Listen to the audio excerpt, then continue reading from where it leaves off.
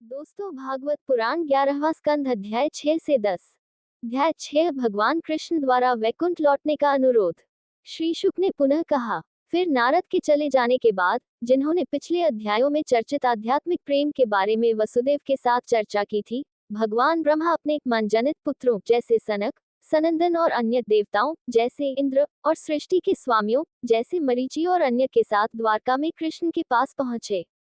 और भगवान शिव जो सभी प्राणियों को खुशी का आशीर्वाद देते हैं या भूत और भविष्य की सृष्टि के स्वामी हैं, वे भी भूतों के समूह से घिरे हुए वहां आए।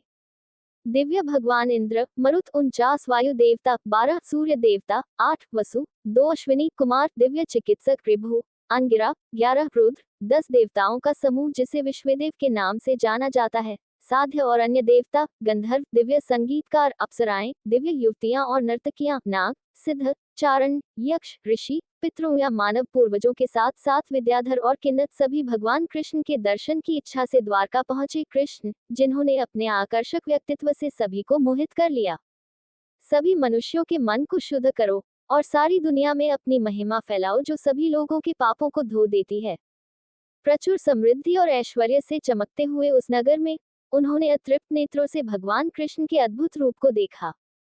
उन्होंने श्रेष्ठ यदुओं अर्थात भगवान कृष्ण को दिव्य उद्यान नंदन के समान में ही उपलब्ध होने वाले पुष्पों की मालाओं से आच्छादित किया तथा उन विश्व के स्वामी की स्तुति सुंदर शब्दों में रचित अद्भुत विचारों से युक्त स्तोत्रों से की।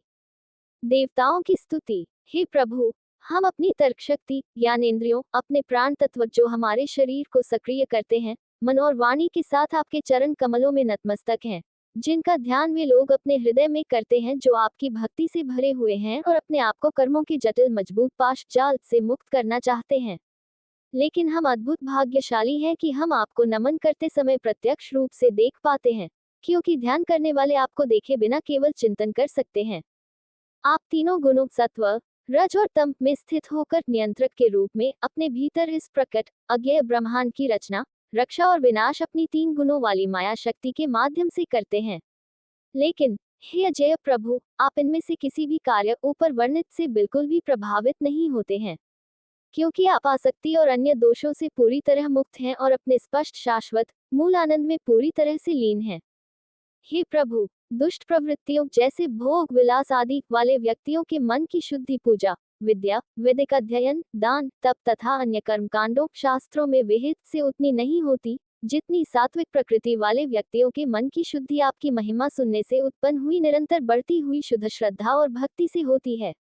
आपके चरण हमारी अशुभ और बुरी प्रवृत्तियों, सांसारिक सुखों का आनंद लेने के लिए को जलाने वाली अग्नि के समान हो। आपके चरण जो ऋषियों द्वारा भक्ति से सिक्त अपने हृदयों में परम सौभाग्य या मोक्ष के लिए उत्पन्न अर्थात चिंतन किए गए हैं, जिनकी पूजा आपके भक्त आपके 4 रूपों अर्थात वासुदेव, संकर्षण, प्रद्युम्न और अनिरुद्ध में आपके समान महिमा की प्राप्ति के लिए करते हैं, जिन्हें आपके भक्तों में से आत्म संयमित और बुद्धिमान लोग स्वर्ग को पार करने की इच्छा से और सीधे वैकुंठ को प्राप्त करने की जो स्वर्ग नामक क्षेत्र से परे है, पूजा करते हैं। आपके चरण हे प्रभु, जिनका ध्यान यज्ञकर्ता अपने पवित्र और नियंत्रित हाथों में लेकर शास्त्रीय आदेशों के अनुसार तीनों वेदों में बताई गई विधि के अनुसार हवन के लिए करते हैं, और जिनका ध्यान योगी जन अपनी योग साधना में आपकी माया अतिमानवीय रहस्यमय शक्तियों की प्रदाता को समझने और उसके द्वारा उन शक्तियों को प्राप्त करने की आकांक्षा से करते हैं, और जिनकी पूजा संसार से मुक्ति के लिए आपके सर्वोच्च प्रकार के भक्तों जो सभी इच्छाओं से मुक्त हैं द्वारा हर जगह और हर समय की जाती है। हे प्रभु, आपके चरण सदैव हमारे हृदयों में व्याप्त समस्त दुष्ट प्रवृत्तियों को भस्म करने वाली अग्नि के समान कार्य करें। आपके चरण जो भक्तों द्वारा अर्पित वन पुष्पों की मुरझाई हुई मालाओं को भी प्रसन्नतापूर्वक स्वीकार करते हैं, जिनसे ये महिमामयी देवी लक्ष्मी भी प्रतिद्वंद्वी सह पत्नी के समान ईर्ष्या करती हैं।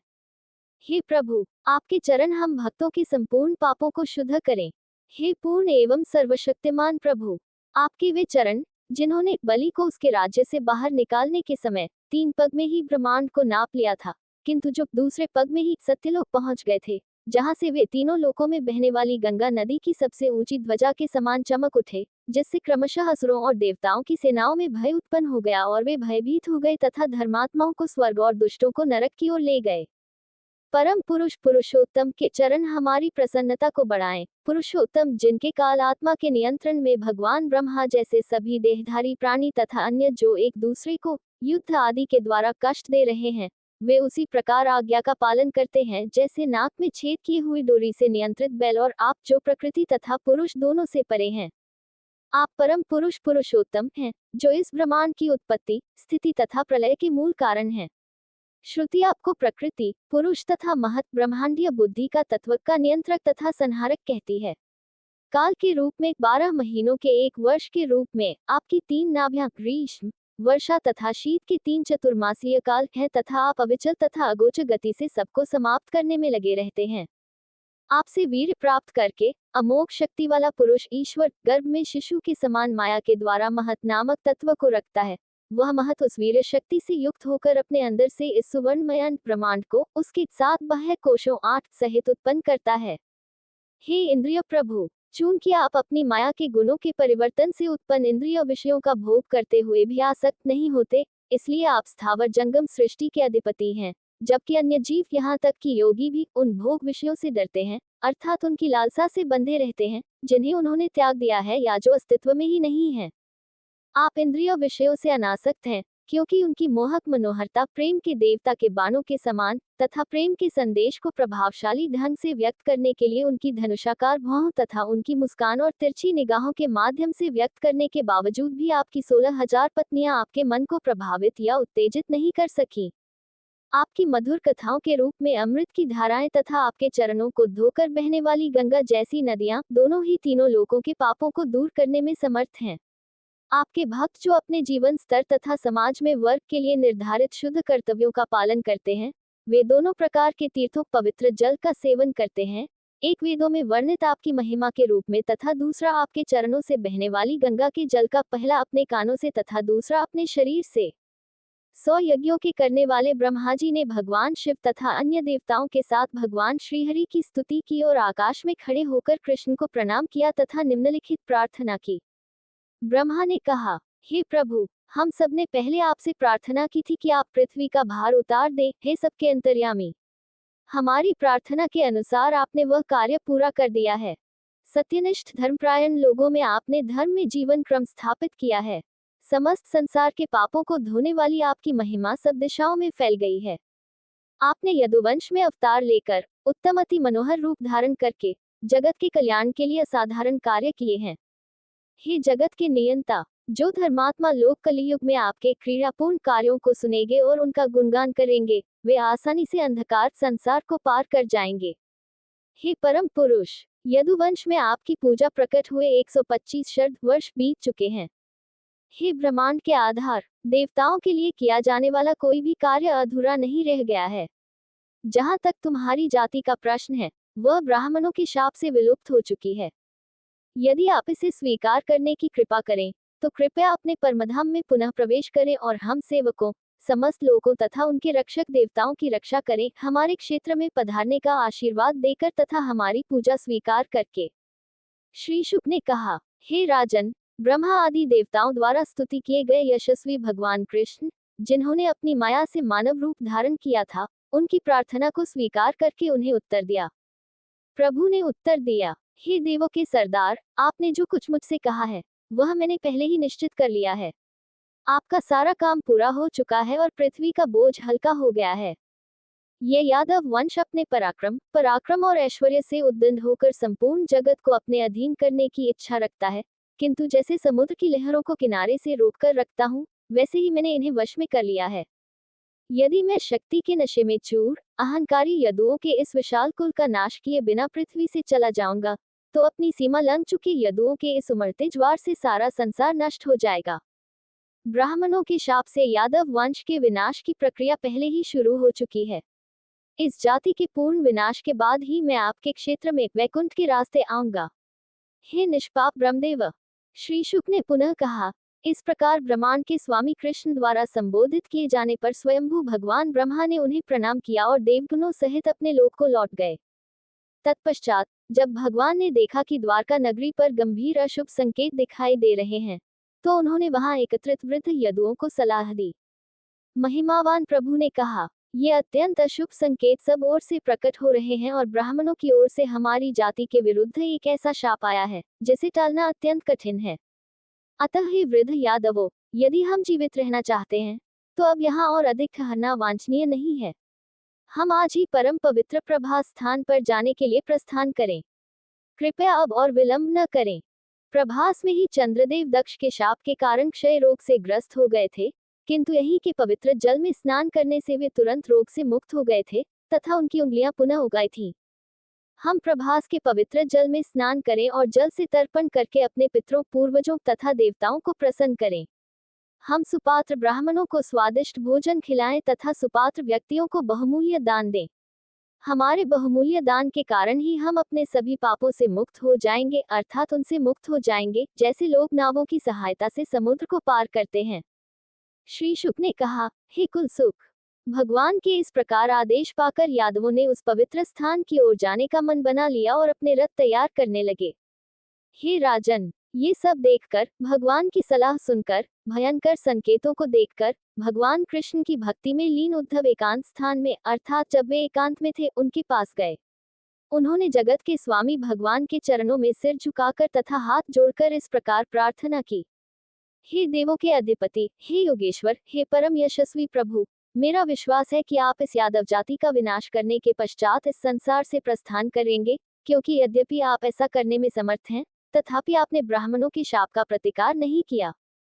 हे केशव, मैं आपसे आधे क्षण के लिए भी वियोग नहीं सह सकता, अतः हे प्रभु, मुझे भी अपने साथ अपने लोक में ले चलो। हे कृष्ण, आपकी क्रीड़ाएं लोगों के लिए अत्यंत शुभ हैं, वे कानों को अमृत के समान मधुर लगती हैं, जिनका एक बार स्वाद लेने के बाद लोगों में धन, स्त्री, संतान आदि की लालसा समाप्त हो जाती है। हम आपके भक्त, जो आपके शयन, बैठने, विचरण, घर में रहने, स्नान करने, खेलने, भोजन करने के समय आपकी सेवा करते रहे हैं, आपके बिना कैसे रह सकते हैं, अर्थात आपको त्याग सकते हैं, जो कि हमारी आत्मा है। हम आपका वियोग सहन नहीं कर सकेंगे। यह माया के भय से नहीं है कि हम आपसे इस प्रकार प्रार्थना कर रहे हैं। हम आपके दास, जो आपके द्वारा भोगी और त्यागी गई मालाओं, सुगंधियों, वस्त्रों और आभूषणों से अपने को सुसज्जित करते हैं तथा आपके द्वारा बचा हुआ भोजन खाते हैं, आपकी माया को अवश्य जीत लेंगे।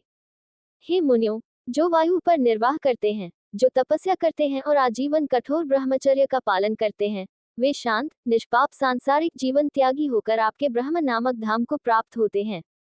परंतु हे महायोगिन, हम लोग जो इस संसार में कर्म के पथ से भटकते हैं, अपने भक्तों के साथ आपके विषय में वार्तालाप करके, आपके कार्यों, वाणी, चाल, मुस्कान, दृष्टि और परिहास को स्मरण करके तथा आपने मनुष्य के रूप में जो कुछ भी किया, उसका गुणगान करके इस अगम्य अंधकार संसार को पार कर जाएंगे।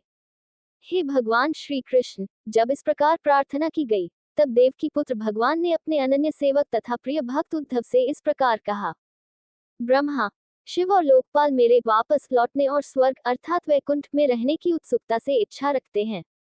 अध्याय 7 अवधूत और उनके गुरुओं की कथा। प्रभु ने उत्तर दिया, हे परम धन्य उद्धव, आपने मुझसे जो कुछ कहा है उसे मैंने कार्यान्वित करने का निश्चय कर लिया है। भगवान ब्रह्मा, शिव और लोकपाल मेरे वापस लौटने और स्वर्ग अर्थात वैकुंठ में रहने की उत्सुकता से इच्छा रखते हैं। जिस कार्य देवताओं का कार्य के लिए मैंने ब्रह्मा की प्रार्थना के उत्तर में अपनी एक किरण, मेरे अंश बलराम के साथ पृथ्वी पर अवतार लिया था, वह कार्य मैंने पूर्ण रूप से संपन्न कर लिया है। ये यादवों का कुल, जो पहले से ही ब्राह्मणों के शाप से भस्म हो चुका है, आपसी लड़ाई झगड़े के कारण अवश्य ही नष्ट हो जाएगा और 7वें दिन जब मैं यहाँ नहीं रहूंगा, समुद्र उमड़कर इस नगर को डुबा देगा। हे पुण्यात्मा, जैसे ही मैं इस संसार को छोड़ दूंगा, ये शीघ्र ही अपनी सारी शुभता खो देगा, क्योंकि इस पर कलयुग हावी हो जाएगा। जब मैं इस संसार से चला जाऊंगा तो तुम्हें यहाँ और नहीं रहना चाहिए, क्योंकि इस कलयुग में लोग अधर्म के मार्ग पर अधिक रुचि लेंगे। तुम भी अपने सभी बंधु बांधवों से आसक्ति और मित्रता त्याग दो और मुझ में अपना मन एकाग्र करके सबको निष्पक्ष भाव से देखते हुए पृथ्वी पर विचरण करो। जो कुछ भी मन, वाणी, नेत्र, कान तथा अन्य ज्ञानेंद्रियों और संज्ञानात्मक द्वारा देखा जाता है, उसे माया और मन की उपज समझो तथा ये क्षण भंगुर है।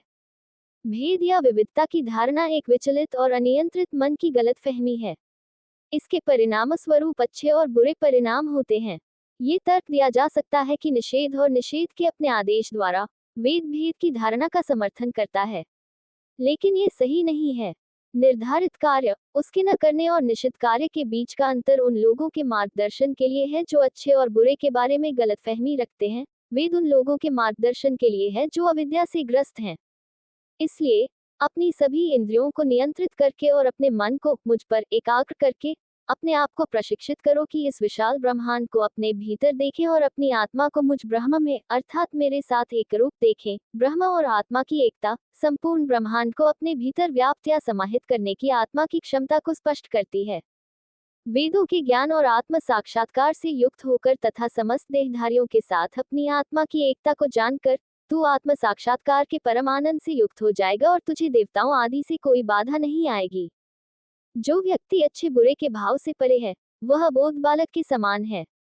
वह निश्चित कर्म को बुरा मानकर नहीं छोड़ता, परंतु अपने पूर्व संस्कारों के कारण वह बुरे कर्म करने से विरत रहता है, और न ही वह नियत कर्म को अच्छे फल की इच्छा से करता है, परंतु उसके पवित्र संस्कार उसे ऐसा करने के लिए प्रेरित करते हैं। इसलिए ऐसे व्यक्ति के पथभ्रष्ट होने का कोई खतरा नहीं होता। वह सभी प्राणियों का मित्र और शुभ चिंतक है, मन में शांत है, दृढ़ ज्ञान वेदांत का और उसकी अनुभूति से युक्त है। वह ब्रह्मांड को मेरे समान ही देखता है। वास्तव में वह संसार के दुखों में कभी लिप्त नहीं होता। श्री शुक ने कहा, भगवान के महान भक्त उद्धव, जिन्हें भगवान कृष्ण ने इस प्रकार उपदेश दिया था, सत्य जानने के लिए उत्सुक हो गए। उन्होंने अच्युत श्री कृष्ण के समक्ष दंडवत प्रणाम किया और इस प्रकार निवेदन किया। उद्धव ने कहा, हे योग के स्वामी, फल प्रदान करने वाले, हे योग के जानकारों के परम गुप्त कोश या योग के धाम, हे योग के स्वरूप, हे योग के स्रोत, प्रथम प्रवर्तक त्रि, मेरे परम आनंद या मोक्ष के लिए आपने मुझे बिना किसी प्रतिफल की आशा के त्याग, जो सन्यासियों का लक्षण है, का उपदेश दिया है। परंतु हे पूर्ण प्रभु, मैं सोचता हूँ कि हे समस्त प्राणियों में स्थित आत्मा, जिनका मन विषयों में आसक्त है, उनके लिए ऐसी कामनाओं का त्याग करना अत्यंत कठिन है, बल्कि और भी कठिन है, व्यवहारिक रूप से असंभव है। जो आपके भक्त नहीं है उनके लिए। हे प्रभु, मैं अज्ञानी हूँ, मेरा मन आपकी माया द्वारा बनाए गए मैंपन, अपने शरीर के साथ अपनी पहचान और मेरापन, ये धारणा कि मेरी पत्नी, बच्चे, संपत्ति आदि सब मेरे हैं की धारणा से भ्रमित है। इसलिए हे प्रभु, अपने इस सेवक को इस प्रकार शिक्षा दीजिए कि वह उसका अभ्यास कर सके और आपके द्वारा बताए गए त्याग की उस अवस्था को प्राप्त कर सके। देवताओं में भी मैं आपको नहीं देखता जो मुझे आत्मा का स्वरूप समझा सके, क्योंकि आप स्वयं प्रकाशित सर्वज्ञ आत्मा हैं और एकमात्र सत्य हैं। ब्रह्मा आदि देहधारी देवता भी माया से मोहित होकर बाह्य पदार्थों को ही सत्य मानते हैं। भागवत चंद्रिका आगे कहती हैं, उनके मन माया से मोहित हो जाते हैं, जो केवल तर्क वितर्क करने वालों के द्वारा माया से दूर नहीं होता, जब तक कि वे भगवान के भक्तों की संगति नहीं करते, जिन्हें भगवान के चरण कमलों का अनुभव आनंद प्राप्त है।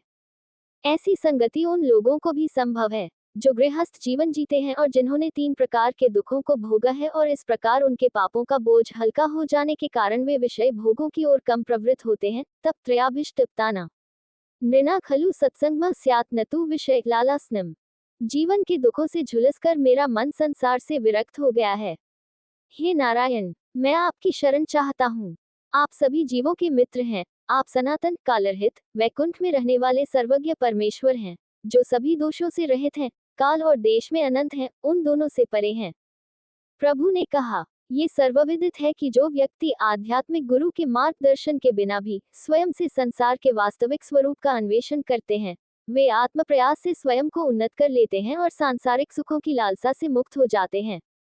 आत्मा ही स्वयं का वास्तविक गुरु और मार्गदर्शक है, विशेष रूप से मनुष्यों के मामले में, क्योंकि वह प्रत्यक्ष अनुभूति और अनुमान जैसे ज्ञान के साधनों का उपयोग करके तर्कसंगत तर्क द्वारा अपने लिए क्या अच्छा है, इस पर पहुंच सकता है। मानव जीवन में ही परिपक्व विवेक वाले लोग, जो ज्ञान मार्ग, सांख्य और योग मार्ग में निपुण हैं, मुझे सर्वशक्तियों से युक्त स्पष्ट रूप से अनुभव करते हैं। 1 पैर, 2 पैर, 3 पैर, 4 पैर, बहुमूत्र और बिना पैर वाले अनेक शरीर मैंने बनाए हैं। उनमें से मनुष्य शरीर मुझे सबसे प्रिय है। इस मानव शरीर में जो लोग सावधान और सतर्क हैं, वे मुझ परम शासक को प्रत्यक्ष रूप से खोजने का प्रयास करते हैं, जो गुणों या विशेषताओं, जीव के बुद्धि आदि के द्वारा ज्ञात नहीं किया जा सकता है, जो स्वयं अनुभूति की सीमा के भीतर या अनुमानित प्रमाण के आधार पर के द्वारा हैं। इस विषय पर एक उदाहरण के रूप में, वे एक सन्यासी, जो ब्रह्म को प्राप्त कर चुका था और अपार तेज वाला था, तथा राजा यदु, जो अपार शक्ति और बौद्धिक प्रतिभा वाला था, के बीच हुए वार्तालाप की निम्नलिखित प्राचीन कथा सुनाते हैं। ब्रह्मज्ञानी ज्ञानी तरुण ब्राह्मण को निर्भय होकर विचरण करते देख धर्मज्ञ राजा यदु ने उनसे ये प्रश्न किया। यदु ने कहा, यद्यपि तुम निष्क्रिय प्रतीत होते हो, फिर भी तुम में ऐसी असाधारण भेदक बुद्धि और ज्ञान कहाँ से आ गया, जिससे संपन्न और प्रबुद्ध होकर ब्रह्म स्वरूप में तुम इस संसार में बालक की भांति विचरण करते हो। सामान्यतः मनुष्य धर्म, धन और भोग की प्राप्ति के लिए प्रयत्न करते हैं। वे आत्मा के स्वरूप को जानने की इच्छा प्रकट करते हैं, किंतु वे दीर्घायु, यश और ऐश्वर्य की कामना से प्रेरित होते हैं। आप शारीरिक रूप से सक्षम, बुद्धिमान, कुशल और सतर्क, सुंदर, अमृत सी मधुर वाणी वाले हैं, और सक्रिय जीवन में उदासीनता या अक्षमता उत्पन्न करने वाले कारक जैसे दुर्बलता, अज्ञानता, कुशलता की कमी या कुरूपता आदि आप में नहीं पाए जाते हैं। फिर भी आप ऐसा व्यवहार करते हैं मानो आप मूर्ख, पागल या भूत प्रेत से ग्रस्त हों। जब लोग काम और लोभ रूपी दावानल में जल रहे हैं, तब तुम उस अग्नि से अछूते हो, और गंगा जल में डूबे हुए हाथी के समान सुरक्षित खड़े हो, और इसलिए दावानल से अछूते हो। हे ब्रह्मवेता, आप विषय भोगों से रहित होकर अविवाहित जीवन व्यतीत करते हुए भी अपने आत्मा आनंद का कारण हमें, जो गंभीरता पूर्वक ये प्रश्न कर रहे हैं, बताने की कृपा करें। यशस्वी भगवान कृष्ण ने कहा। जब ब्राह्मणों के मित्र और बुद्धिमान यदु ने आदर पूर्वक पूछा, तब धन्य ब्राह्मण ऋषि ने यदु को विनयपूर्वक प्रणाम करते हुए उसे समझाया। ब्राह्मण दत्तात्रेय ने समझाया, हे राजन, मेरे बहुत से गुरु हैं, जिन्हें मैंने अपने विवेक से चुना है और स्वीकार किया है। कृपया उन गुरुओं के नाम सुनिए, जिनसे मैंने कुछ विशेष ज्ञान प्राप्त किया है और जिनसे मैं मुक्त होकर, सांसारिक कष्टों से मुक्त होकर संसार भर में विचरण कर रहा हूँ। पृथ्वी, वायु, आकाश, जल, अग्नि, चंद्रमा, सूर्य, कबूतर, मृग, समुद्र, पतंगा, मधुमक्खी, हाथी, मधुसंग्राहक, मृग, मछली, गणिका, पिंगला, तीतर, बालक, युवती, लोहार, सर्प, मकड़ी और ततया, इन 24 को मैंने गुरु बनाया है। इनके विशेष आचरण से ही मैंने जीवन में जो भी शिक्षा ग्रहण की, वह मुझे मिली। हे नहुष के पुत्र, मैं तुम्हें विस्तार से बताऊंगा कि मैंने प्रत्येक गुरु से क्या क्या शिक्षाएं सीखी। हे नरसिंह, कृपया उन्हें समझो।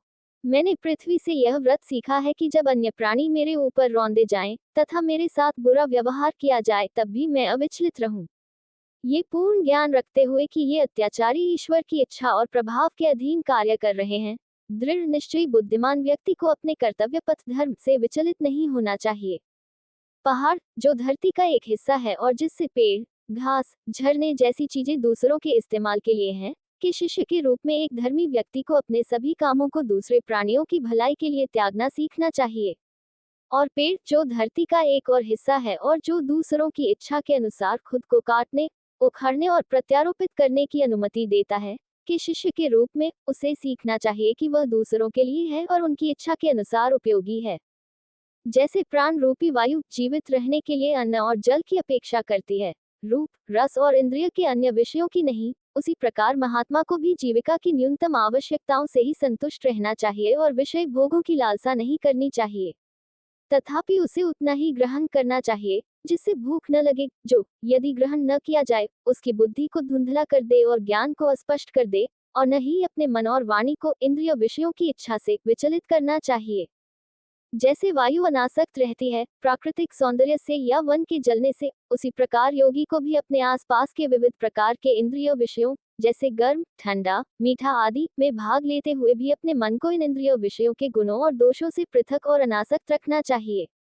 जिस प्रकार वायु, यद्यपि सुगंध और दुर्गंध का वाहक है, जो उसके द्वारा उड़ाए गए पृथ्वी के कणों के कारण होती है, तथापि वह गंध से भिन्न है, उसी प्रकार योगी को ये ध्यान रखना चाहिए कि यद्यपि वह पार्थिव शरीरों में प्रवेश कर चुका है और उनका आधार है, और इसलिए उनमें उनके लक्षण जैसे बचपन, युवावस्था, मोटापा, दुबलापन आदि विद्यमान प्रतीत होता है, तथा उसकी दृष्टि मन अपने आत्मा पर स्थिर है, जो शरीर और उसके गुणों से भिन्न है। एक चिंतनशील ऋषि को यह समझ लेना चाहिए कि उसकी आत्मा यद्यपि भौतिक शरीर से युक्त है, तथापि वह ब्रह्म के समान है और इस प्रकार समस्त चल या अचल सृष्टि में व्याप्त है, वह सर्वव्यापी है, फिर भी आकाश के समान असंबद्ध है, जो असीमित है और अन्य वस्तुओं से अछूता है। जिस प्रकार वायु द्वारा उछाले गए बादलों से आकाश प्रभावित नहीं होता, उसी प्रकार पुरुष आत्मा काल प्रकृति के उत्पादों तथा अग्नि, जल और भोजन जैसी चीजों से प्रभावित नहीं होता। तीर्थ स्थान का जल स्वभावतः ही शुद्ध, चिकना, कोमल और मीठा होता है तथा दर्शन, स्पर्श और नामजप से पवित्र करने वाला होता है। इसी प्रकार मुनि को भी मनुष्यों का मित्र बनकर उन्हें पवित्र बनाना चाहिए, पापों से मुक्त करके। अवधूत ने जल से यह सीखा था। अवधूत ने अग्नि से सीखा कि वह तेजस्वी अपने आध्यात्मिक ज्ञान से ज्वलन, क्योंकि उसका सर्वोच्च ज्ञान प्रज्वलित अग्नि की तरह और अधिक उज्ज्वल हो जाता है। दुर्जय, क्योंकि ऋषि तनाव में भी विचलित रहता है तथा उसका पेट उसका पात्र भोजन रखने के लिए अर्थात सभी वस्तुओं से पूरी तरह रहित है। अग्नि की तरह एक आत्म संयमी योगी अशुद्ध वस्तु को ग्रहण नहीं करता, यद्यपि वह उसे अर्पित की गई कोई भी वस्तु स्वीकार कर सकता है। अग्नि के समान कभी कभी ईंधन या राख में छिपी हुई मुनि आम लोगों के बीच अज्ञात रहते हैं। कभी कभी ज्वलंत अग्नि के समान वे दूसरों को ज्ञात हो जाते हैं और आध्यात्मिक हित चाहने वालों द्वारा पूजित होते हैं। जैसे अग्नि केवल यज्ञ में दी गई आहुति को ही भस्म कर देती है, उसी प्रकार मुनि भी पुण्यात्मा दानदाताओं द्वारा दी गई आहुति को खा जाते हैं और उनके द्वारा भूत और भविष्य में किए गए पापों को जला देते हैं। जिस प्रकार अग्नि उस ईंधन जैसे लकड़ी का लट्ठा आदि का आकार और आकृति धारण कर लेती है जिसमें वह स्थित रहती है, उसी प्रकार सर्वव्यापी भगवान आत्मा यद्यपि शरीर से असंबद्ध भी उन ऊंचे या निचले शरीरों जैसे देवताओं और अधम प्राणियों के आकार और आकृति को धारण करता हुआ प्रतीत होता है, जिनमें उसने अपनी माया से उसे उत्पन्न करके प्रवेश किया है। जन्म से लेकर मृत्यु तक की 6 अवस्थाएं जो अव्यक्त काल प्रणिधान द्वारा उत्पन्न की जाती हैं, शरीर की हैं, आत्मा की नहीं। जैसे कि चंद्रमा के अंकों का प्रकट होना और लुप्त होना, चंद्रमा के अंकों को काल द्वारा उत्पन्न किया जाता है, स्वयं चंद्रमा द्वारा नहीं। यद्यपि शरीरों का जन्म और मृत्यु प्रचंड वेग से बहने वाले काल की अटल शक्ति के कारण निरंतर होते रहते हैं, फिर भी वे आत्मा को प्रभावित नहीं करते। जैसे अग्नि की ज्वालाओं का ही आदि और अंत होता है, अग्नि का नहीं। जैसे सूर्य अपनी किरणों से जल को वाष्पित कर देता है और उस पर प्रभाव नहीं पड़ता, चाहे जल को सोखकर या वर्षा करके, उसी प्रकार योगी भी अपनी इंद्रियों से विषयों का भोग करता है या समयानुसार उनका त्याग करता है, परंतु वह उन विषयों में किसी प्रकार आसक्त नहीं होता। जो लोग स्थूल भौतिक शरीर को आत्मा मानते हैं, उनके लिए आत्मा यद्यपि एक है, फिर भी वह अपने विभिन्न शरीरों के कारण भिन्न भिन्न प्रतीत होती है। जैसे कि सूर्य यद्यपि एक है, परंतु विभिन्न परावर्तक माध्यमों से परावर्तित होने पर स्थूल बुद्धि वाले व्यक्तियों को अनेक तथा भिन्न प्रतीत होता है, आत्मा यद्यपि एक है, परंतु अपनी सीमित स्थितियों उपाधियों के कारण अनेक तथा भिन्न प्रतीत होती है। किसी भी व्यक्ति को कभी भी किसी के साथ अत्यधिक लगाव या संगति नहीं करनी चाहिए। यदि वह ऐसा करता है तो उसे उस मंदबुद्धि कबूतर निम्नलिखित कथा में के समान दुख भोगना पड़ता है। एक कबूतर ने एक जंगल में एक पेड़ पर घोंसला बनाया। वह अपनी साथी मादा कबूतर के साथ कुछ सालों तक रहा। उनके हृदय प्रेम के बंधन में बंध गए। कबूतरों के जोड़े ने एक दूसरे की आंखों से आंखें, शरीर से शरीर और हृदय से हृदय बांधकर वैवाहिक जीवन व्यतीत किया। वे परस्पर संगति में ही सोते, खाते, उड़ते, खड़े होते, बातें करते, साथ साथ खेलते और निर्भय होकर वन वृक्षों की पंक्तियों में विचरण करते थे। मादा कबूतर ने उसकी वैवाहिक इच्छाओं को पूरा किया और उसने पारस्परिक रूप से उसके साथ सहानुभूतिपूर्ण व्यवहार किया। कबूतर अनियंत्रित इंद्रियों वाला था। उसने जो कुछ भी चाहा उसे प्राप्त किया, चाहे उसे प्राप्त करने में कितना भी तनाव क्यों न हो। उचित समय पर मादा ने पहली बार गर्भधारण किया और अपने साथी की उपस्थिति में घोंसले में अंडे दिए। समय आने पर भगवान की अकल्पनीय शक्ति से कोमल रोम से आच्छादित सुडौल शरीर वाले शिशु स्वाभाविक प्रक्रिया से अंडों से उत्पन्न हुए। माता पिता पक्षियों का जोड़ा जो अपने बच्चों से बहुत स्नेह करते थे, अपने बच्चों का पालन पोषण करते थे और उनकी चहचहाहट और मधुर स्पष्ट चहचहाहट सुनकर खुश होते थे। माता पिता उनके पंखों के कोमल स्पर्श, मनमोहक चाल, मधुर कूक और उनके पास आने से बहुत प्रसन्न हुए। भगवान विष्णु की माया से मोहित होकर उन मंदबुद्धि पक्षियों के हृदय प्रेम से एक दूसरे से घनिष्ठ रूप से जुड़ गए और उन्होंने अपने बच्चों का पालन पोषण उत्सुकतापूर्वक किया। एक बार माता पिता पक्षियों का जोड़ा अपने बच्चों के लिए भोजन की तलाश में जंगल में गया। वे जंगल में बहुत देर तक भटकते रहे। संयोगवश जंगल में घूम रहे एक बहेलिया की नजर उन युवा पक्षियों पर पड़ी। उसने अपना जाल फैलाया और जैसे ही वे अपने घोंसले के आसपास घूम रहे थे, उन्हें पकड़ लिया। नर और मादा कबूतर दोनों ही अपने बच्चों को पालने के लिए हमेशा उत्सुक रहते थे और वे भोजन की तलाश में बाहर जाते थे और जब कुछ भोजन इकट्ठा कर लेते थे तो वापस लौट आते थे। ये देखकर कि उसके बच्चे जाल में फंस गए हैं और रो रहे हैं, मादा कबूतर दुख से अभिभूत हो गई और चिल्लाती हुई उन पर झपटी। भगवान की मोहिनी शक्ति के कारण बढ़ते हुए स्नेह के बंधन में फंसी हुई कबूतरी अपने बच्चों को जाल में फंसा देखकर मोहग्रस्त हो गई, अपने आप को भूल गई और स्वयं भी जाल में फंस गई। अपने बच्चों को अपने प्राणों से भी अधिक प्रिय तथा अपनी जीवन संगिनी को भी अपने ही समान प्रिय देखकर वह नर कबूतर बहुत दुखी हुआ और दुखी होकर विलाप करने लगा। हाय, मुझ अल्प पुण्य और कुबुद्धि पर जो विपत्ति आई है, उसे देखिए। मैं अभी तक अतृप्त हूँ और जीवन में कोई भी उद्देश्य पूरा नहीं कर पाया हूँ। लेकिन मेरा गृहस्थ जीवन, जो जीवन के 3 उद्देश्यों पुरुषार्थों का स्रोत है, नष्ट हो गया है। मेरी पत्नी जो सब प्रकार से मुझसे मेल खाती थी और सब बातों में मेरे अनुकूल थी, वह अपने पति मुझे को देवता मानती थी। परंतु अब वह मुझे एक निर्जन घर में छोड़कर अपने अच्छे बच्चों के साथ स्वर्ग जा रही है। मैं तो अपनी पत्नी और बच्चों से वियोग में एक असहाय विधुर का दयनीय जीवन एक निर्जन घर में व्यतीत करने में क्या रुचि रखता हूँ। यद्यपि उसने उन्हें, अपने साथी और बच्चों को उस जाल में उलझे हुए और मृत्यु के चंगुल में जीवन के लिए संघर्ष करते हुए देखा, फिर भी बेचारा, विचारहीन कबूतर उस जाल में फंस गया। गृहस्थ कबूतर उसकी सहचरी तथा बच्चों को पकड़कर निर्दयी बहेलिया अपने उद्देश्य से संतुष्ट होकर घर लौट आया। इसी प्रकार दुर्बुद्धि वाला गृहस्थ दाम्पत्य में आनंद लेता है, किंतु मन विचलित होने के कारण उसे पालने का प्रयत्न करते हुए परिवार सहित नष्ट हो जाता है, जैसे कि उपरोक्त कथा में वर्णित कबूतर।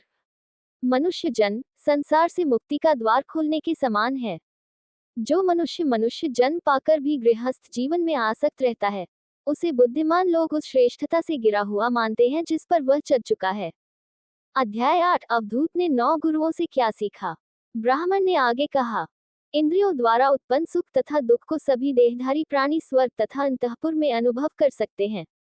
अतः बुद्धिमान पुरुष को चाहिए कि वह इन सुखों की लालसा न करे। हे राजन, एक बोआ कंस्ट्रिक्टर की तरह जो बिना किसी प्रयास या गतिविधि के पड़ा रहता है, उसी प्रकार एक मुनि को चाहिए कि जो भी भोजन उसे बिना किसी प्रयास के मिल जाए, उसी पर अपना निर्वाह करे, चाहे उसका स्वाद कुछ भी हो, चाहे वह बहुत स्वादिष्ट हो या अरुचिकर, या प्राप्त मात्रा चाहे वह अधिक हो या कम।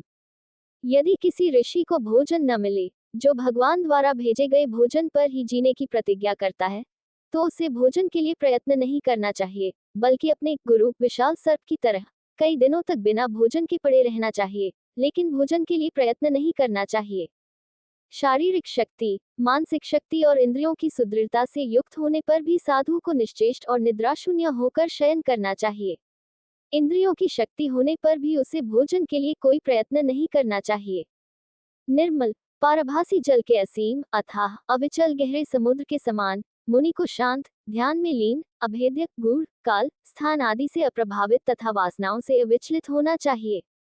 जिस प्रकार नदियों के बाढ़ में गिरने से समुद्र अपनी सीमा से बाहर नहीं निकलता, नहीं नदियों के सूखने से समुद्र सूखता है, उसी प्रकार मुनि को भी अपनी कामनाओं की पूर्ति होने पर प्रसन्न नहीं होना चाहिए, नहीं निराशा से उदास होना चाहिए, बल्कि पुनर्तः नारायण के प्रति समर्पित रहना चाहिए और सांसारिक विषयों पर ध्यान नहीं देना चाहिए।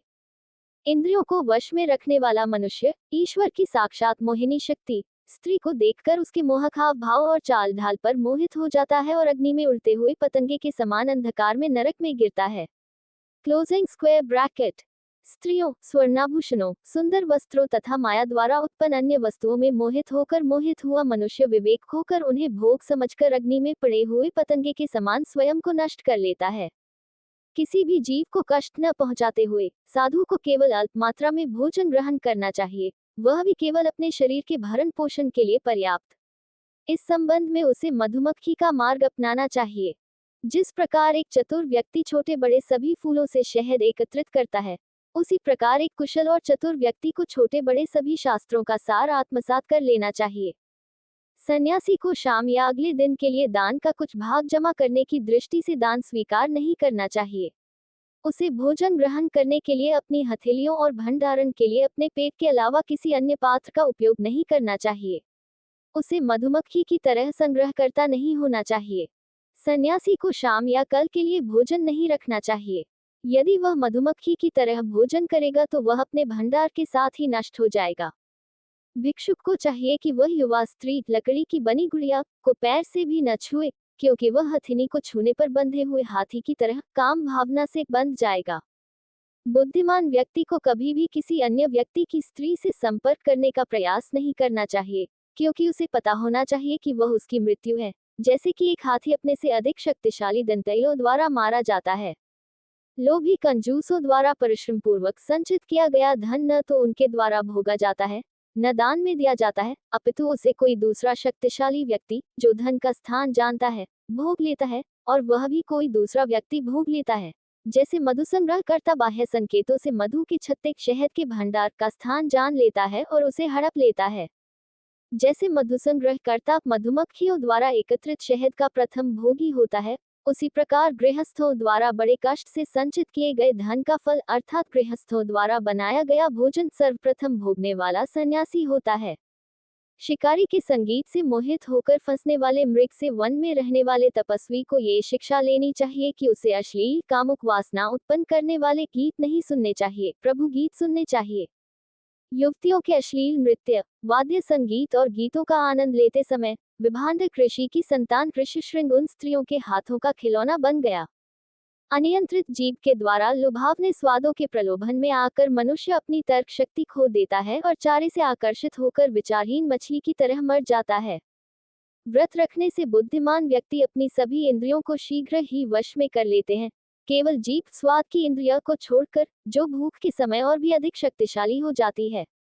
यदि किसी व्यक्ति ने अन्य सभी इंद्रियों जीभ को छोड़कर को वश में कर लिया हो, तब भी यह नहीं कहा जा सकता कि उसने उन सभी को वश में कर लिया है, जब तक कि वह स्वाद की इंद्रिय पर विजय प्राप्त नहीं कर लेता। जब स्वाद की इंद्रिय वश में हो जाती है, तो सभी इंद्रियां वश में हो जाती हैं। पूर्व काल में विदेह अर्थात मिथिला नगर में पिंगला नाम की एक वेश्या रहती थी।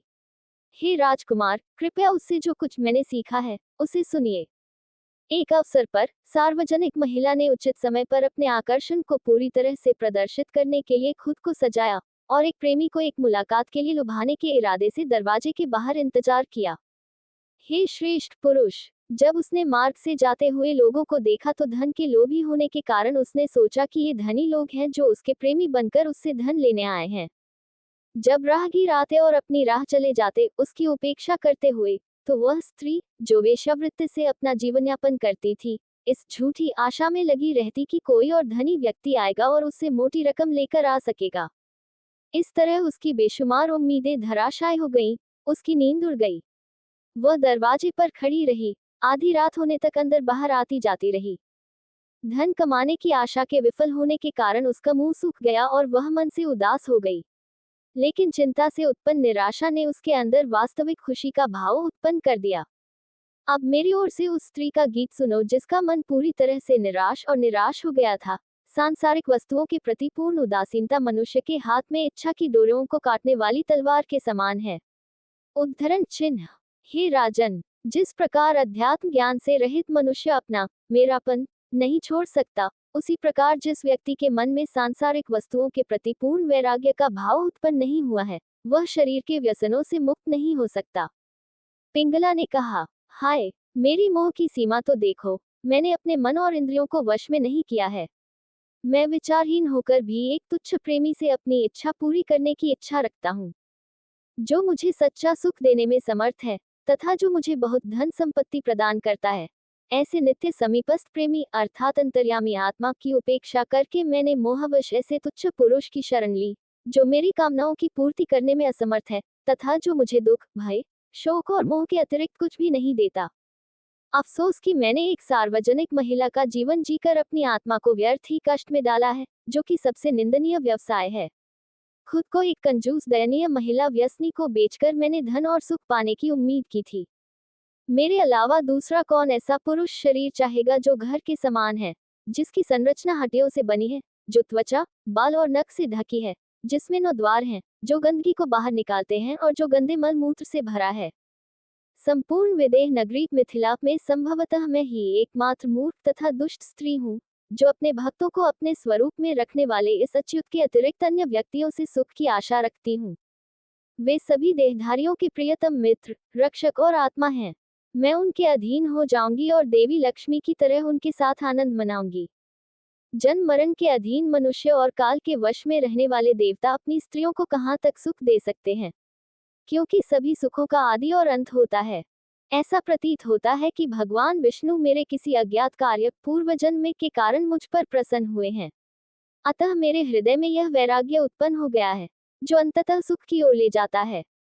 परंतु भगवान की कृपा न होती तो मुझ जैसी अभागिनी के कष्टों से घृणा और त्याग की यह भावना उत्पन्न न होती, जिससे मनुष्य समस्त आसक्ति को काटकर मानसिक शांति तथा आध्यात्मिक आनंद प्राप्त कर लेता है। मैं भगवान के आशीर्वाद एवं कृपा को आदरपूर्वक अपने सिर पर धारण करके नीच संगति से उत्पन्न अश्लील इच्छाओं से छुटकारा पाऊंगा तथा परमेश्वर की शरण ग्रहण करूंगा। जो कुछ भी भगवान की इच्छा से मुझे प्राप्त होगा, उसी से संतुष्ट होकर तथा उसी पर निर्वाह करते हुए मैं अपने स्वरूप भगवान पर पूर्ण विश्वास रखते हुए उनके साथ अपने प्रियतम के रूप में आनंद मनाऊंगा। जो मनुष्य संसार रूपी गहरे कुएं में गिर गया है, जिसकी आंखें विवेक शक्ति इंद्रिय विषयों के कारण अंधी हो गई हैं, तथा जिसका शरीर काल रूपी सर्प द्वारा निगल लिया गया है, उसकी रक्षा करने में और कौन समर्थ है। जब कोई व्यक्ति देखता है कि यह संसार काल रूपी सर्प द्वारा खाया जा रहा है, तो वह सतर्क हो जाता है और सभी सांसारिक वस्तुओं से घृणा करने लगता है। उसे यह एहसास होता है कि उसकी आत्मा ही उसकी आत्मा का रक्षक है। ब्राह्मण अवधूत ने कहा, इस प्रकार दृढ़ निश्चय करके तथा इस प्रकार प्रेमी प्रेमिकाओं के प्रति अपनी दुष्ट वासना को समाप्त करके वह शांत हो गई और पलंग पर बैठ गई। निश्चय ही आशा सबसे बड़ा दुख है और आशा से मुक्ति ही सबसे सुखमय स्थिति है। जैसे जब पिंगला ने प्रेमी के लिए सारी आशा छोड़ दी, तो वह सुखपूर्वक सो गई। अध्याय 9 अवधूत प्रवचन समाप्त। ब्राह्मण ने आगे कहा, मनुष्य को जिस वस्तु की प्राप्ति की सबसे अधिक इच्छा होती है, वह वस्तु अवश्य ही दुख का कारण है। जो व्यक्ति इस बात को समझ लेता है और अपनी इस प्रवृत्ति पर विजय प्राप्त करने की इच्छा रखते हुए पूर्ण रूप से वंचित हो जाता है, उसे अनंत सुख की प्राप्ति होती है। अधिक शक्तिशाली शिकारी पक्षियों को, जिनके पास मांस का एक टुकड़ा नहीं था, उस नर ओस्प्रे पर हमला किया और उसे चोंच मार दी, जिसके पास मांस था। लेकिन मांस गिराने से नर ओस्प्रे को राहत और खुशी मिली। मुझे मान अपमान से कोई फर्क नहीं पड़ता। मुझे घर, पत्नी और बच्चों की कोई चिंता नहीं है, क्योंकि मेरे कोई है ही नहीं। मैं बालक की भांति अपनी इच्छानुसार संसार में विचरण करता हूँ, आत्मा के आनंद में क्रीड़ा करता हूँ और अपनी आत्मा में ही प्रसन्न रहता हूँ। हे राजन, इस संसार में केवल दो ही प्रकार के व्यक्ति चिंता से मुक्त होकर परम आनंद में लीन रहते हैं, एक अबोध अज्ञानी बालक और दूसरा वह जो गुणों से परे हो गया है। एक निश्चित स्थान पर एक युवती को स्वयं उन अतिथियों का स्वागत करना पड़ता था जो उसे देखने वधू के रूप में चुनने के लिए आए थे, जबकि उसके रिश्तेदार माता पिता आदि कहीं बाहर गए हुए थे। जब वह उन्हें भोजन कराने के लिए अकेली चुपके से धान कूट रही थी, तब उसकी कलाइयों में पड़ी सीप की चूड़ियां जोर जोर से खनकने लगी। बुद्धिमान लड़की को ये शर्मनाक लगा ये बताना कि दुल्हन को ऐसा काम करना पड़ा, इसलिए उसने एक एक करके चूड़ियां तोड़ दी, जब तक कि उसकी दोनों कलाइयों पर केवल दो ही नहीं रह गईं। जब वह धान कूट रही थी, तो चूड़ियों के जोड़े से भी आवाज आ रही थी, इसलिए उसने हर जोड़े में से एक चूड़ी तोड़ दी, जिससे बची हुई चूड़ी से कोई आवाज नहीं आई। हे शत्रुओं को पराजित करने वाले, मैंने ये शिक्षा उनसे सीखी थी, जब मैं संसार का वास्तविक स्वरूप जानने की इच्छा से संसार भर में भ्रमण कर रहा था। यदि बहुत से लोग एक साथ रहते हैं तो झगड़े होते हैं, यदि दो लोग एक साथ रहते हैं तो बातचीत होती है। इसलिए व्यक्ति को लड़की की कलाई पर एक चूड़ी की तरह बिना किसी साथी के अकेले घूमना चाहिए।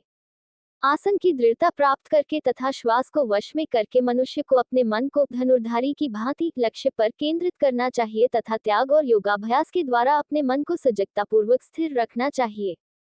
जब मन उसमें एकाग्र होता है, तो वह धीरे धीरे कर्म धूल के कणों को हटा देता है। सत्वगुण के विकास के साथ वह राजसिक और तामसिक प्रवृत्तियों को दूर कर देता है और निर्वाण में प्रवेश करता है, जैसे अग्नि स्वतः बुझ जाती है जब ईंधन पूरी तरह से जल जाता है। ऐसी अवस्था को असंप्रज्ञात समाधि कहते हैं। उस अवस्था में जिसका मन पुनर्तः अपने आत्म ध्यान में लीन हो जाता है, उसे अंदर या बाहर किसी भी चीज का भान नहीं रहता। जैसे कि बाण बनाने वाला अपने बाण बनाने के काम में इतना लीन था कि उसे ये भी पता नहीं चला कि राजा का जुलूस उसकी दुकान के पास से निकल रहा है। इसलिए सांप की तरह साधु को भी अकेले ही घूमना चाहिए, दूसरों की संगति से दूर रहना चाहिए। उसे घर नहीं रखना चाहिए, हमेशा सतर्क रहना चाहिए, अपनी साधना में और गुफाओं में शरण लेनी चाहिए। उसे यह ध्यान रखना चाहिए कि उसके व्यवहार से कोई उसकी पहचान न कर सके, जैसे सांप के विषैले होने या न होने का पता उसके चलने के तरीके से नहीं चलता। उसे वाणी का संयम रखना चाहिए और एकांत जीवन व्यतीत करना चाहिए। मनुष्य जो स्वयं मरणशील है, उसके लिए घर बनाने का प्रयास और उसमें निहित परिवार का भरण पोषण आदि बहुत कष्टों से भरा होता है और अंततः निष्फल होता है। लेकिन सांप दूसरों द्वारा बनाए गए घर, जैसे चींटी का टीला या चूहे द्वारा बनाया गया बिल में घुस जाता है और सुखपूर्वक रहता है। एक साधु को उसका उदाहरण अपनाना चाहिए और घर बनाने की चिंता नहीं करनी चाहिए। जैसे मकड़ी अपने द्वारा बुने और फैलाए गए जाल को वापस खींच लेती है, वैसे ही सर्वशक्तिमान भगवान नारायण कल्प के अंत में अपनी माया शक्ति से रचे गए इस ब्रह्मांड को वापस खींच लेते हैं। परमेश्वर तब अकेले रह जाते हैं, अद्वितीय अर्थात किसी भी भेद से रहित स्वयं ही स्वयंभू होते हैं। वे समस्त ब्रह्मांड के आधार थे। जब उन्होंने अपनी सत्व, रज और तम जैसी सभी शक्तियों को अपने समय नामक बल के साथ साम्यावस्था में ला दिया, तब वे आदि प्राचीनतम अजन्मा पुरुष के रूप में विद्यमान रहते हैं, जो प्रधान, जिसमें सभी गुण समाहित हैं, और पुरुष अर्थात जड़ और आत्मा के नियंत्रक हैं। वह भगवान ब्रह्मा और अन्य मुक्त आत्माओं द्वारा प्राप्त किया जाने वाला सर्वोच्च लक्ष्य है। उन्हें श्रुति द्वारा केवला पूर्ण, बिना शर्त के रूप में नामित किया गया है। वह जैसे कि किसी भी सीमा से रहित परम आनंद का एक विशाल भंडार है। अपनी शक्ति, जिसे काल कहते हैं, के द्वारा, जिसे अन्य किसी सहायता की आवश्यकता नहीं है, उन्होंने अपनी 3 गुणों से बनी माया को उत्तेजित किया और इस उत्तेजित माया के द्वारा सूत्र, धागा या महत नामक तत्व की रचना की। हे शत्रुओं, जैसे काम, क्रोध आदि को जीतने वाले। अतः आपको इस सूत्र या महत की शक्ति से डरने की आवश्यकता नहीं है। उन्होंने सूत्र को 3 गुणों की अभिव्यक्ति घोषित किया है, जो इस विविध पहलुओं वाले ब्रह्मांड को विकसित करता है। ये सूत्र में ही है कि ब्रह्मांड बुना हुआ है। ये सूत्र प्राणवायु के रूप में के कारण है कि एक व्यक्ति जन्म और मृत्यु के चक्र में भटकता है। जिस प्रकार मकड़ी अपने हृदय में स्थित जाले को अपने मुख से फैलाती है, उससे खेलती है और पुनः उसे निगल जाती है, उसी प्रकार परमेश्वर भी इस ब्रह्मांड का विकास, संरक्षण और संहार करता है। चाहे प्रेम हो, घृणा हो या भय हो, परंतु देहधारी प्राणी जिस भी वस्तु पर अपना मन पुनर्तः एकाग्र करता है, वह उसी वस्तु के सदृश्य को प्राप्त कर लेता है। हे राजन, ततया द्वारा पकड़ लिया गया लावा उसके घोंसले में डर के मारे लगातार उस पर घबराकर बैठता है और अपना मूल शरीर खोए बिना ततया का रूप धारण कर लेता है, अर्थात ततया में परिवर्तित हो जाता है। इस प्रकार मैंने अनेक गुरुओं से यह ज्ञान प्राप्त किया है। अब मैं तुम्हें अपने शरीर से प्राप्त ज्ञान का वर्णन करता हूँ। हे राजन, सुनो। मेरा शरीर मेरा गुरु है, क्योंकि यह मुझ में वैराग्य और विवेक उत्पन्न करता है। ये वैराग्य उत्पन्न करता है क्योंकि यह जन्म और मृत्यु के अधीन है और अंततः बढ़ते हुए क्लेशों का स्रोत है। यह विवेक को बढ़ावा देता है क्योंकि इसके माध्यम से मैं इस ब्रह्मांड के मूल सिद्धांतों को सही ढंग से समझता हूँ। हालांकि मैं इस निष्कर्ष पर पहुंच गया हूँ कि यह शरीर दूसरों का है, माता पिता जिन्होंने इसे जन्म दिया है, या पक्षी और शिकारी जानवर जो इसे खा सकते हैं। ये समझकर मैं शरीर के प्रति किसी भी तरह की आसक्ति को बनाए बिना घूमता हूँ। इस शरीर की सुख सुविधाओं की इच्छा से ही मनुष्य बहुत परिश्रम करके अपनी पत्नी, बच्चों का पालन पोषण करता है, धन कमाता है, गाय बैल पालता है, नौकर चाकर, मकान और संबंधी रखता है। परंतु अंत में मृत्यु के समय, जैसे वृक्ष अपने बीज को छोड़कर दूसरे वृक्ष को जन्म देता है, वैसे ही वह भी नष्ट हो जाता है और दूसरे शरीर में जन्म लेता है। जीव मनुष्य को स्वादिष्ट भोजन के लिए एक ओर खींचती है, प्यास को दूसरी ओर, प्रजननेंद्रिय को मैथुन के लिए दूसरी ओर, स्पर्श, श्रवण और पेट को अलग अलग दिशाओं में, नाक को अलग अलग दिशाओं में, सुगंध के लिए, तीव्र दृष्टि को दूसरी ओर तथा सभी कर्मेंद्रियों को अपनी अपनी दिशाओं में खींचती है। इस प्रकार जैसे सहेलियां अपने घर के स्वामी को अपनी ओर खींचती हैं, अर्थात फाड़ डालती हैं, वैसे ही इंद्रियां और अंग मनुष्य को फाड़ डालती हैं। अपनी अंतर्निहित शक्ति अजन्मा माया द्वारा पेड़ पौधे, सरीसृप, स्तनधारी पक्षी, मच्छर जैसे काटने वाले कीड़े, मछली और अन्य जलचर जैसे विभिन्न प्रकार के शरीर अर्थात प्रजातियां बनाने के बाद वे असंतुष्ट रहे। लेकिन जब भगवान ने ब्रह्म या सर्वोच्च सत्ता को साकार करने में सक्षम बौद्धिक क्षमता वाले मनुष्य का निर्माण किया, तो वे प्रसन्न हुए। अनेक योनियों के पश्चात इस दुर्लभ मानव शरीर में जन्म प्राप्त करके, जो यद्यपि क्षणभंगुर है, तथापि जीवन में सर्वोच्च उद्देश्य अर्थात मोक्ष को प्राप्त करने में सक्षम है, बुद्धिमान व्यक्ति को चाहिए कि वह अपने शरीर के मृत्यु का शिकार होने से पहले ही परम सुख को प्राप्त करने का प्रयास करे, क्योंकि इंद्रिय विषयों का उपभोग सभी योनियों में सर्वत्र किया जा सकता है। इस प्रकार विकसित वैराग्य की भावना के साथ और मुझ में आध्यात्मिक ज्ञान के प्रकाश के साथ मैं सभी आसक्तियों और अहंकार से मुक्त होकर पृथ्वी पर विचरण करता हूँ। एक गुरु से प्राप्त ज्ञान स्थायी, विश्वसनीय और व्यापक नहीं हो सकता। 6 ये ब्रह्म वस्तुतः एक ही है, तथापि भिन्न भिन्न ऋषियों ने इसे भिन्न भिन्न प्रकार से गाया है। प्रभु ने कहा। इस प्रकार उस ज्ञानी ब्राह्मण ने यदु के सभी प्रश्नों का उत्तर दिया और उससे विदा ली। राजा ने उसका यथोचित सम्मान किया और उसकी प्रार्थना की। प्रसन्न होकर वह ब्राह्मण चला गया। अवधूत के दार्शनिक व्याख्यान को ध्यानपूर्वक सुनकर हमारे पूर्वजों के पूर्वज यदु सभी प्रकार की आसक्ति से मुक्त हो गए और सभी को समान समझने लगे। अध्याय 10 जीव संसार में कैसे फंस जाता है। प्रभु ने कहा, मेरे द्वारा सिखाए गए पंचरात्र और अन्य वैष्णव प्रणालियों में निर्धारित धार्मिक कर्तव्यों का सतर्कतापूर्वक पालन करते हुए मुझ पर पूरी तरह से निर्भर होकर किसी भी इच्छा अपने कर्मों के फल की को मन में रखे बिना अपने संबंधित सामाजिक वर्ग, वर्ण, जीवन के स्तर, आश्रम और पारिवारिक परंपराओं के लिए निर्धारित कर्तव्यों का पालन करना चाहिए। अपने निर्धारित कर्तव्यों धर्म के पालन से शुद्ध मन के साथ उसे हमेशा ध्यान रखना चाहिए कि कैसे देहधारी प्राणियों के सभी प्रयास जो इंद्रिय सुखों को वास्तविक मानते हैं उनमें आसक्त होते हैं और निराश होते हैं, जिससे उन्हें विपरीत परिणाम मिलते हैं। जिस प्रकार स्वप्न अवस्था में देखी गई वस्तुओं या दिवास्वप्न देखने वाले के मतिभ्रम का वास्तविकता में कोई अस्तित्व नहीं होता और वे व्यर्थ होते हैं, क्योंकि वे मानव जीवन के मुख्य उद्देश्य से असंबंधित वांछनीय और अवांछनीय दोनों चीजें प्रस्तुत करते हैं, उसी प्रकार गुणों के कारण होने वाले भेद की धारणा एक दिव्य प्राणी मानव के रूप में आत्मा के संबंध में भ्रामक या निरर्थक है। जो मनुष्य मुझ में अनन्य भाव से लीन है उसे निष्काम भाव से अनिवार्य जैसे संध्या, पंचमहायज्ञ और कभी कभी जैसे पितरों के लिए श्राद्ध कर्म करने चाहिए, परंतु फल के लिए किए जाने वाले कर्मों से दूर रहना चाहिए। 5 परंतु जो मनुष्य आत्मा या परमात्मा के स्वरूप का अन्वेषण कर चुका है उसे वेदों के आदेशों का पालन करने की आवश्यकता नहीं है, जो यज्ञ आदि कर्मों को करने के लिए प्रेरित करते हैं। जो व्यक्ति अनन्य रूप से मुझ में समर्पित है उसे लगातार 5 व्रतों जैसे अहिंसा, सत्य, परिग्रह से रहित का पालन करना चाहिए जिन्हें यम कहते हैं, और कभी कभी व्रतों जैसे तप, दान, मौन का भी पालन करना चाहिए जिन्हें नियम कहते हैं। उसे अपने आध्यात्मिक गुरु की सेवा करनी चाहिए जो पूर्ण रूप से शांत है, जिसने मुझे अपने स्वरूप में पहचाना है और जो मेरे प्रति समर्पित है। ऐसा शिष्य अहंकार, ईर्ष्या से मुक्त होना चाहिए, उसे सतर्क, सावधान, आसक्ति से मुक्त होना चाहिए। उसे धैर्यवान, गुरु के प्रति पूर्ण समर्पित, सत्य जानने के लिए उत्सुक होना चाहिए। उसे दूसरों में दोष नहीं ढूंढने चाहिए और अपने शब्दों को व्यर्थ में बर्बाद नहीं करना चाहिए। उसे अपनी पत्नी, बच्चों, घर, जमीन, रिश्तेदारों, संपत्ति आदि के प्रति उदासीन और अनासक्त होना चाहिए। 6 उसे यह महसूस करना चाहिए कि उसके सभी उद्देश्य सभी के लिए समान हैं। आत्मा सूक्ष्म और स्थूल शरीर दोनों से भिन्न है। वह दृष्टा, साक्षी और स्वयं प्रकाशी है। जैसे प्रकाशित करने वाली अग्नि जलने वाले ईंधन से भिन्न है। जैसे अग्नि लकड़ी में प्रविष्ट होकर उसे जलाती है और उस लकड़ी के टुकड़े के गुणों अर्थात अवस्थाओं को धारण करती है, जैसे अस्तित्व में आना, अस्तित्व से बाहर जाना, उसका छोटा होना, बड़ा होना और उसके अनेक रूप, परंतु वह स्वयं ईंधन से भिन्न है, वैसे ही आत्मा जो शरीर से भिन्न है, शरीर की अवस्थाओं को धारण करती है।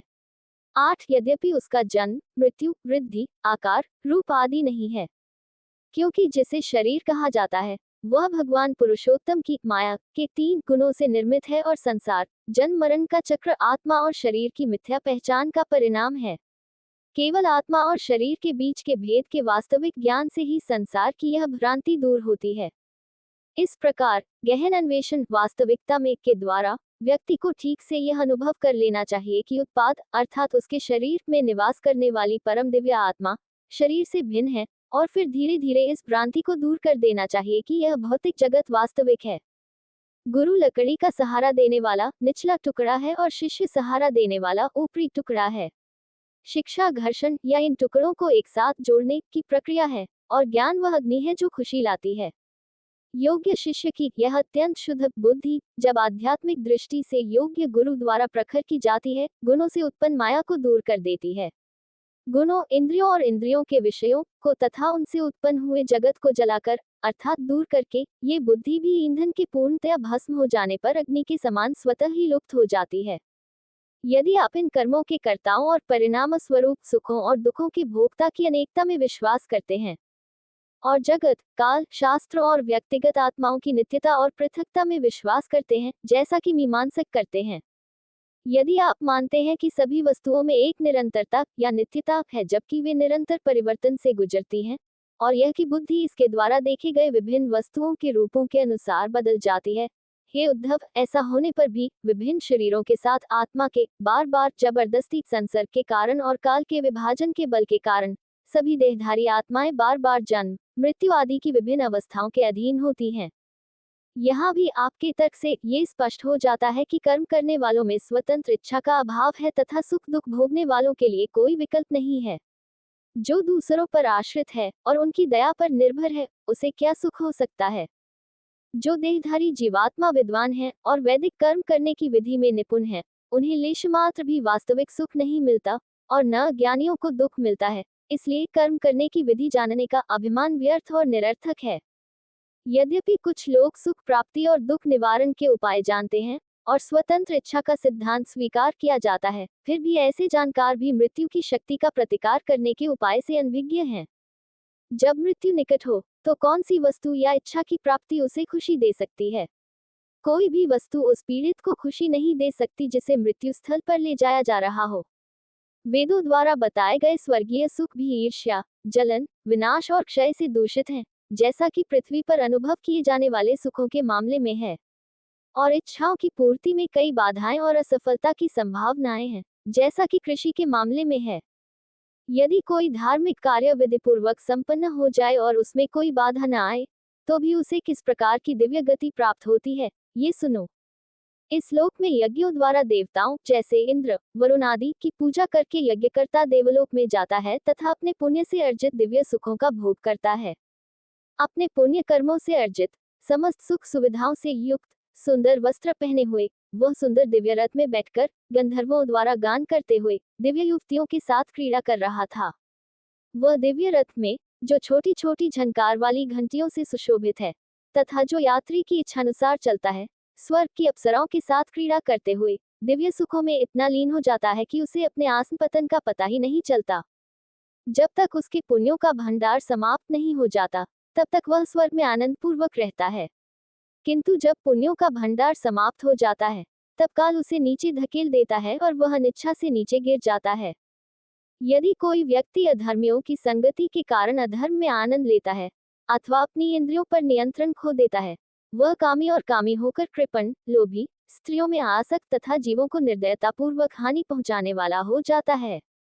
जो व्यक्ति शास्त्र विधि के विरुद्ध पशु हत्या करता है तथा भूत प्रेतों की पूजा करता है, वह अवश्य ही अनेक नरकों में गिरता है तथा अंत में घोर अंधकार में नरक में प्रवेश करता है, अर्थात गतिहीन होकर जन्म लेता है। उस नश्वर मनुष्य को क्या सुख हो सकता है जो वर्तमान जन्म में मनुष्य रूप में ऐसे कर्म करता है जिनके फलस्वरूप उसे दुख प्राप्त होते हैं और जिसके फलस्वरूप उसे दूसरा शरीर धारण करना पड़ता है। एक कल्प 432 मिलियन वर्ष तक के जीवन वाले क्षेत्र और उनके शासक मुझसे डरते हैं। 2 परार्ध वर्षों का जीवन जीने वाले भगवान ब्रह्मा भी मुझसे डरते हैं। गुण अर्थात इंद्रियां और इंद्रियां कर्मों को उत्पन्न करती हैं, अर्थात कर्मों का कारण होती हैं। सत्व आदि गुण इंद्रियों को कर्मों में प्रेरित करते हैं। ये जीव इंद्रियों से युक्त होकर अपने कर्मों का फल भोगता है। जब तक गुणों की असंतुलित स्थिति रहेगी, तब तक आत्मा, जो वस्तुतः एक ही है, पर अनेकता तथा भेद प्रक्षेपित होती रहेगी।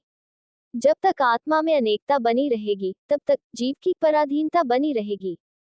जब तक जीव की पराधीनता बनी रहेगी, तब तक ईश्वर से भय बना रहेगा। अतएव जो लोग गुणों का आश्रय लेते हैं, वे शोक और मोह से ग्रसित हो जाते हैं।